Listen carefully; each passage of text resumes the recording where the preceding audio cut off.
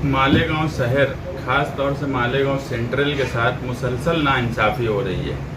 हम देख रहे हैं कि मालेगांव आउटर में जो काम हो रहा है सरकारी फंड से और कारपोरेशन के बजट से, पिछले 2 साल से ऊपर का अरसा हो चुका कारपोरेशन पे प्रशासक राज है। प्रशासक राज का मतलब है कि सरकार का राज है।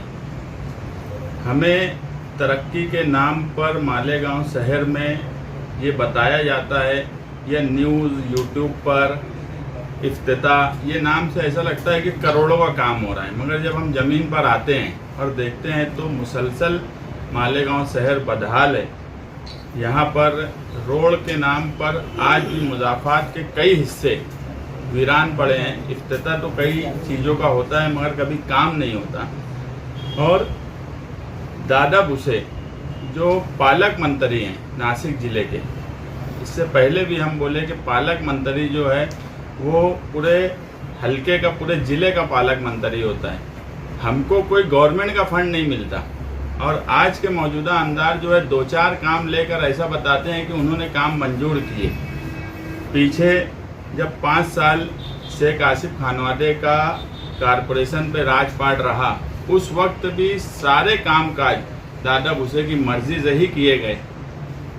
ऐसा क्या जादू है दादा भुसे के अंदर कि माजी आमदार और आज के आमदार ये दोनों उनके रंग में रंग जाते। जब जैसा मौका मिलता है मंत्री साहब को वैसा फ़ायदा उठाते, मगर मालेगांव की बदहाली पर ये नहीं बोलते। आप देखे होंगे कि हमारे मौजूदा एमएलए उस तरफ के इफ्तिताई प्रोग्राम में हाजिर थे।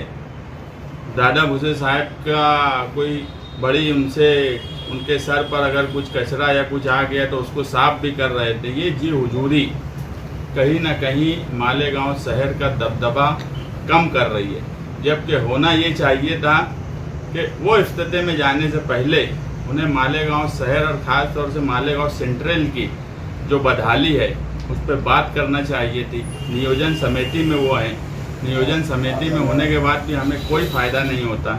अभी जो है 130 काम का टेंडर PWD से निकला। हमेशा ये हुआ है कि कारपोरेशन अगर कोई फंड देती है यानी हिस्सेदार होती है तो उसका टेंडर हमेशा कारपोरेशन से निकाला जाता। इसमें 130 काम में लगभग 35 करोड़ का ये काम है, जिसमें 30% कारपोरेशन का है। और अगर ये काम अबों में गया तो वो भी जनरल फंड से दिया जाएगा। ये 130 काम में हमको सिर्फ 10 काम मिला है मालेगांव सेंट्रल को, और वो 10 काम की लागत लगभग 5 करोड़ 25 लाख रुपया है। और हमारा पैसा जा रहा है 12 करोड़ जनरल फंड से। उस पर भी जब ये 8-10 काम जो है इसको ये बताया जाएंगे कि गवर्नमेंट से बात करके या मंजूर करके लाया गया, मगर सच बात यह है कि अगर हमारे जनरल फंड का हिस्सा ही हमको मिल जाता तो हम 12 करोड़ का काम कर लेते। ऐसा ही फैसला इससे पहले शेख रशीद खानवादा जब था, इन्होंने ठहराव करके 100 करोड़ का दिया था। आज भी हम उससे महरूम हैं। मिर्ज़ा गालिब रोड जैसी इफ्तिताई प्रोग्राम को लगभग 1.5-2 साल हो गया, आज भी वो रोड नहीं बनी।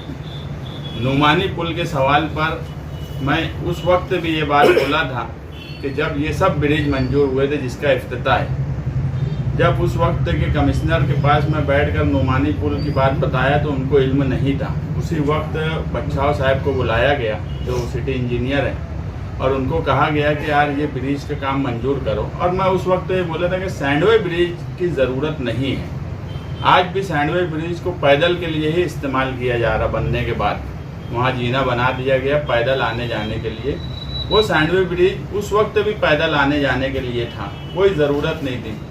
वो मैं ऐसा मानता हूँ कि वो तारीखी ब्रिज था, उसको तोड़ने के लिए भी बहुत ताकत लगी, बहुत वक्त लगा, मगर बिला वजह तोड़कर वो बनाया गया। और उस वक्त कमिश्नर को मैं बोल दिया था कि अगर तुमने नुमानी ब्रिज का फंड नहीं दिए तो मैं एक भी ब्रिज बनने नहीं दूंगा। और इस बात पे उन्होंने कहीं ना कहीं वो काम आगे बढ़ाया, मगर उस वक्त भी मौजूदा एमएलए वहाँ पर नुमानी ब्रिज पर आए। मैं भी गया, 2-3 मेरी मीटिंग हुई, 2-3 बार मेरी प्रशासक से उस वक्त की मीटिंग हुई, ये भी गए। ऐसा लगने लगा कि मेरी वजह से काम रुक ना जाए, तो मैं ये बोला कि यार ठीक है आप काम कर लो। मैं मीडिया के सामने बोला था, लगभग उसको 2 साल होने का अरसा है, और उस वक्त भी मौजूदा एमएलए वहाँ पर ये बोले थे कि मैं वो काम 2 महीने में करा दूँगा। आज 2 साल का अरसा हो गया, सिर्फ बात हो रही है कि हमारा बजट मंजूर हो गया, हमारा ये हो गया, वो हो गया, और यहाँ का तुम देखेंगे सैंडवे ब्रिज बन गया, एक ब्रिज और बन गया। बोलने का साफ मतलब ये है कि हमारे सेंट्रल का पैसा मुसलसल मंत्री साहब अपने हिस्से में इस्तेमाल कर रहे हैं। उसके बाद भी आजी माजी आमदार कुछ भी नहीं बोलते, उनके प्रोग्राम में जाते हैं, उन पर कोई बात नहीं बोलते कि यार शिवाजी पुतले को बनाने की कोई ज़रूरत नहीं थी। आपको एक बात मैं बता दूं कि शिवाजी पुतला मेरी मालूमात में लगभग 40 साल हो गया वहाँ बने हुए। वो 2 टांग पे खड़ा है, पूरा लोड आगे है। जब इसका स्ट्रक्चर ऑडिट किया गया इस पुतले का, तो ये बोला गया कि ये अभी और 50 साल चलेगा। तुम देखेंगे तो शिवाजी पुतले को हटाया ही नहीं गया, वो पुतला वैसे ही है। यही सरकार में 8 महीने में पुतले गिर गए शिवाजी महाराज के ही, मगर ऐसा कुछ भी नहीं हुआ। वो पुतला जिस वक्त बना था, बोलने का मतलब ये है कि पहले जो काम होता था इस शहर में उसकी क्वालिटी क्या थी कि 2 टांग पे खड़ा पुतला जिसका लोड पूरा आगे है, टेक्निकल कितना मजबूत काम किया जाता था कि इन्होंने चाह के भी, मुझे ये लगता है कि अगर वो पुतला निकाल के दूसरा बनाते तो 2, 5, 10 साल में गिर जाता, मगर वो टेक्निकली इतना अच्छा बना हुआ है कि उनको निकालने की ज़रूरत नहीं पड़ी।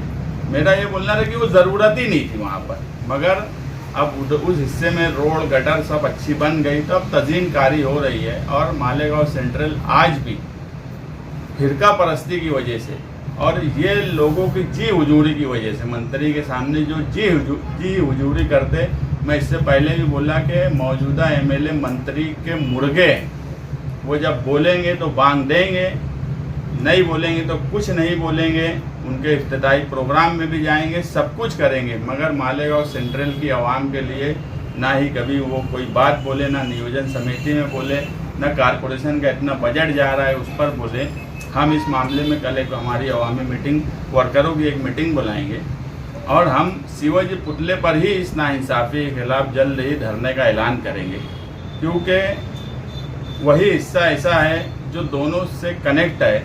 और अब हम ये बात अवामी सतह पर एहतजाज के ज़रिए, वो मंत्री के खिलाफ एहतजाज समझा जाए, प्रशासन के खिलाफ समझा जाए, मौजूदा आमदार के खिलाफ समझा जाए, माजी आमदार के खिलाफ, इन सब के खिलाफ हम एक एहतजाज करेंगे, बड़ा एहतजाज, जो मालेगांव की आवाम और मालेगांव सेंट्रल के लिए हम इंसाफ मांगेंगे कि हमें इंसाफ चाहिए। हमारा जितना पैसा हमको मिलना चाहिए डेवलपमेंट के नाम पर, उतना पैसा हमको हर हाल में चाहिए। हमको स्टेट गवर्नमेंट से आज तक इस 5 साल में 1 रुपये का फ़ायदा नहीं मिला, उल्टा हमारा ही पैसा वो हिस्से में चला गया और उस पर आजी माजी आमदार ने कभी कोई बात नहीं बोली और हमेशा उनका साथ दिए। वक्त बदला, आज जो मंत्री साहब की मुखालफत कर रहे हैं, कल यही सब लोगों ने ठहराव कर करके उनको दिया। और आज जब प्रशासक राज में एमएलए का काम काज था कि दबाव बनाकर ज़्यादा से ज़्यादा फंड लेना, मैं तो इस पर हैरान हूँ कि कोई आदमी, मुझे एक मर्तबा मंत्री साहब शिवाजी पुतले के पास मिले तो मैं उनको बोला कि यार आप इधर के भी पालक मंत्री हो, ठीक है, आप अगर उनके साथ हो, उनके साथ दिखते हो, तो मालेगांव शहर का क्या फ़ायदा किए ये मौजूदा एमएलए और माजी एमएलए दोनों को बताना चाहिए कि जब 5 साल वो मंत्री साहब के साथ थे तो मालेगांव को क्या दिए, और ये जब से मंत्री साहब के साथ है तो उन्होंने क्या फ़ायदा मालेगांव शहर वालों को किया। मालेगांव शहरियान का कोई फ़ायदा नहीं होता, उल्टा हमारा पैसा ही उस तरफ इस्तेमाल होता है। और ऐसे नाइंसाफ़ी के खिलाफ हम कल मीटिंग लेके एक एहतजाज करेंगे कि ये मालेगांव सेंट्रल के साथ, और वो एहतजाज मंत्री के खिलाफ होगा, प्रशासक के खिलाफ होगा, आज के एमएलए के खिलाफ होगा और माजी एमएलए के खिलाफ होगा।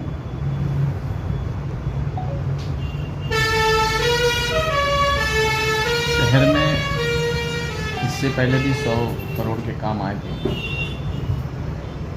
उनमें से कुछ काम मालेगांव शहर को दिए गए थे और अभी भी आए तो 5 करोड़ के काम दिए, अभी भी 5 करोड़ के काम है, 5 करोड़ 25 लाख के काम है।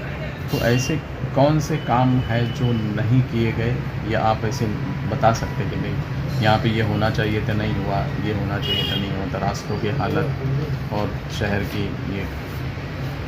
अब मतलब बताने की बात ऐसी है कि मैं बोलता कि मुज़ाफ़ात का सारा हिस्सा देख लो, मालेगांव स्कूल का रास्ता देख लो, मालदा से जो इस तरफ मालेगांव शहर की तरफ ये बड़े रास्ते की बात कर रहा मैं, यहाँ तक कि जो मंत्री का हलका है जो मुस्लिम है, उस मुस्लिम हलके में भी काम नहीं होता। रमजानपुरा का हिस्सा देख लो, काम इतना ही किया गया, जो हमारा जो जनरल बजट ले जाया गया उसका आधा ही काम हमेशा हमको दिया गया, पूरा भी नहीं दिया गया। सरकार से हमको कोई 1 रुपया 5 साल में नहीं मिला। और ऐसे कई काम है। अब मिर्ज़ा गालिब रोड तो 2 साल पहले इफ्तिताह हुआ, 100 करोड़ में वो काम है, इफ्तिताह कर देने के बाद भी आज तक काम नहीं हुआ वो हिस्से में। और ये बात मैं जो शिवसेना के नीलेश आहिर है उनको मैं जब बोला तो बोले, यानी मैं नाम लेके बोल रहा हूँ, एकदम साफ बोले कि भाऊ हमारे इधर इलेक्शन है, क्योंकि उसका ठेकेदार एक ही है, उसमें भी 10% अप हो गया था, तो हमारा पैसा 40 करोड़ था, हमको मिला था 6 करोड़ रुपये सेंट्रल में। 40 करोड़ दे के हमने 6 करोड़ का काम सिर्फ लिया, और उसमें भी मिर्ज़ा गालिब रोड जो 2 करोड़ की थी वो काम आज तक नहीं हुआ। और वो ये बोले कि यार हमारे इधर इलेक्शन है, अब एक ही ठेकेदार है, तो बोले इधर ही काम करेंगे ना। तो मौजूदा एमएलए को नहीं लगता है कि उनका भी इलेक्शन है, उनको भी इलेक्शन में जवाब देना पड़ेगा। 6 करोड़ का 110 करोड़ के काम में सिर्फ 6 करोड़ का मालेगांव सेंट्रल को काम मिलने के बाद भी आज लगभग 3 करोड़ का काम हुआ ही नहीं, सिर्फ 3 करोड़ का काम किया गया, वो फार्मेसी वाला जो रोड था। 6 करोड़ के काम में 3 करोड़ का काम किया गया। अगर मैं बोलूँ 110 करोड़ में हमको 3% भी काम आज हमारा नहीं हुआ है, तो हमारी क्या हैसियत है। हम आज कारपोरेशन की हुदूद में अगर हम देखें तो हम 70% है, और 70% वालों को 110 करोड़ में सिर्फ 3% काम मिला है।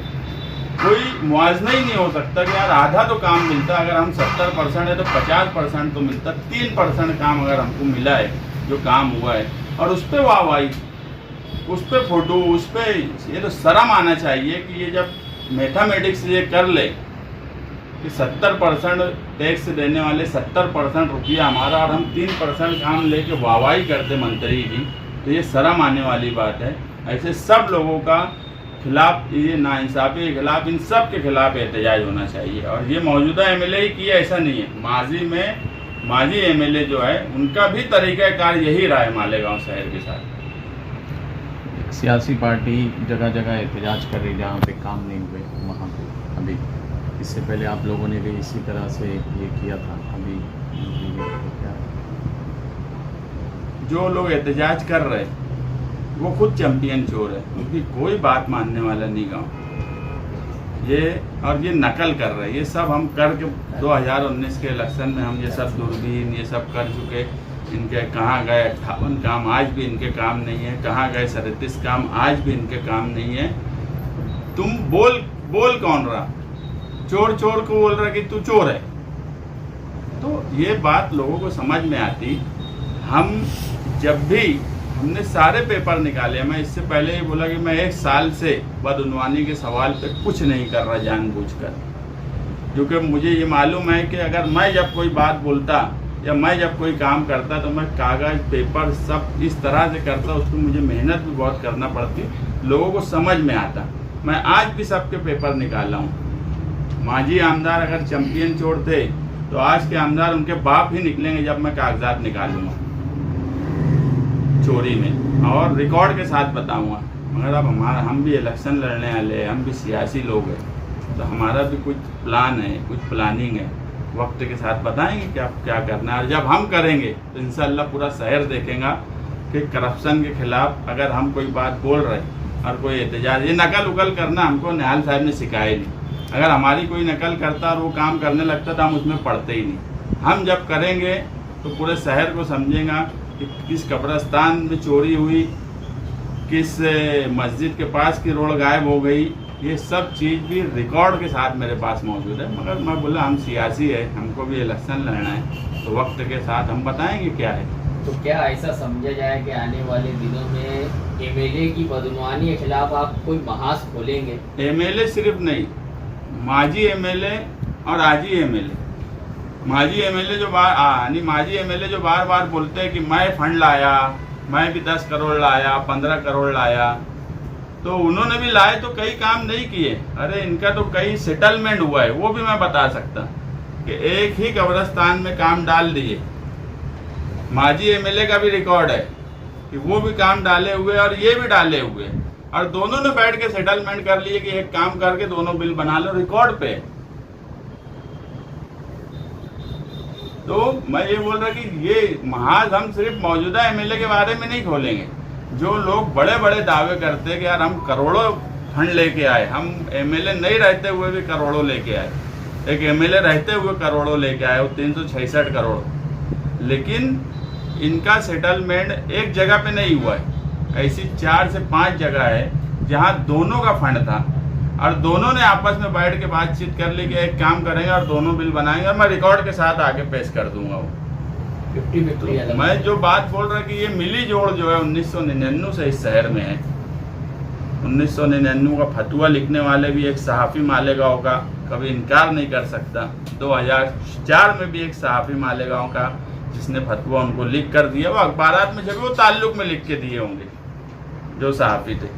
उसके बाद जब नदी का वो हिस्सा कट हुआ तो शेख आसिफ फैमिली को लगा कि अब नायल साहब को किसी को लाने की ज़रूरत है। हिंदू वोट कट गई, जो लोग गणपति पे चंदा देते थे, गणपति मंडल में बैठते थे, अब वो भी बुत परस्ती और इस पे बात कर रहे हैं। मैं वही बोला कि बात वो करे जो ये सब नहीं किया हो। हम ये बात नहीं बोलते क्योंकि हम हिंदुस्तान में रहते हैं, उसको संविधान को मानते हैं।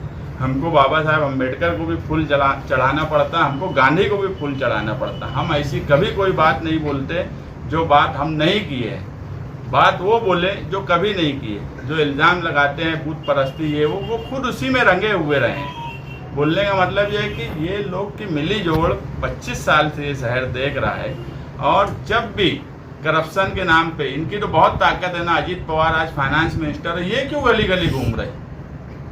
इन्होंने बैठ के फाइनेंस मिनिस्टर के पास बैठना। अजीत पवार तो आज महाराष्ट्र में एक बड़ा ताकतवर लीडर है, ये बात मैं मानता हूँ कि महाराष्ट्र में अगर आज प्रशासन पे किसी का सबसे ज़्यादा दबाव हो सकता तो वो सिर्फ अजीत पवार है। मुख्यमंत्री से ज़्यादा दबाव अगर किसी का है तो अजीत दादा पवार है।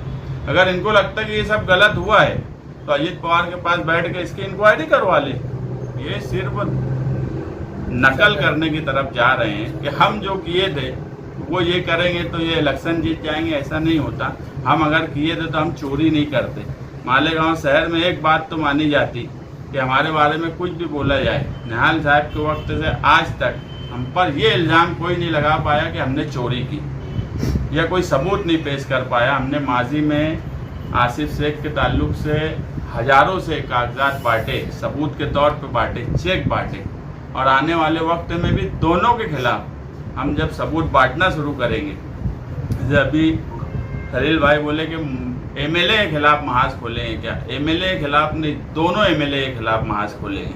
और सबूत के साथ मैं बोल रहा हूँ कि 4 ठेके ऐसे थे, मैं दोबारा बोल रहा हूँ, जिसपे इन दोनों ने सेटलमेंट किया काम करने के लिए कि एक काम मैं कर लूँगा, तुम बिल बना लेना। दूसरे काम में उन्होंने बोले कि तुम कर लेना, मैं बिल बना लूँगा। ऐसे 4 काम हुए, उसमें कब्रिस्तान भी है। जब आवाम के सामने ये सारे कागजात आएंगे तो मुझे नहीं लगता कि इन पर जो लोग एतमाद करते हैं थोड़ा बहुत, उनका भी एतमाद खत्म हो जाएगा। इस तरह की चोरियां इस शहर में की है, और उसी का नतीजा है कि आज शहर जो है पसमानदगी और डेवलपमेंट को तरस रहा है। नहीं तो मुझे बताओ आप सब लोग कि कोई हफ्ता ऐसा जाता कि मालेगांव शहर में इफ्तिताह नहीं होता। कोई हफ्ता नहीं जाता ऐसा कि मालेगांव शहर में इफ्तिताह नहीं हो रहा। 2-2 4-4 हफ्ते में इफ्तिताह हो जाते, उसके बाद भी कुछ नहीं होता। वो जो 11,000 कॉलोनी में गार्डन की बात है वो भी कभी बनने वाला नहीं, सिर्फ एक इफ्तिताह है। और ये जो PWD में एक बात बोलना भूल गया, ये PWD में काम इसलिए दिया गया है कि शिवसेना के कुछ ठेकेदारों ने मौजूदा एमएलए को ये कहा कि कारपोरेशन के बजाय यहाँ से टेंडर निकालो PWD से, तो हम तुमको ठेका मैनेज करके दे देंगे। तो वो ये नहीं बोले, उनको 5 करोड़ का ठेका मैनेज करके चाहिए ठेकेदारी के लिए। उनको बोलना ये चाहिए था कि अगर 35 करोड़ का काम है तो आधा काम सेंट्रल में दो। मगर मैं बोल रहा हूँ कि ये सिर्फ ठेकेदारी की नीयत है इनकी, तो वो ठेका मैनेज करने के लिए काम पीडब्ल्यूडी में दिया गया कि दादा भूसे मंत्री जो है उनके प्रेशर में इनको 5 करोड़ का ठेका मैनेज करके मिल जाए, ये रुपया पैसा कमा ले। काम की नीयत है ही नहीं। काम की नीयत होती तो ये बोलते कि इसमें 20 करोड़ का काम सेंट्रल में दो, 15 करोड़ का उधर दो। मगर ठेका मैनेज करने की जिम्मेदारी मंत्री साहब के कुछ ठेकेदारों ने मौजूदा अंदाज से ली है, इसलिए उन्होंने ये ठेका कारपोरेशन के बजाय पीडब्ल्यूडी से निकालना तय किया।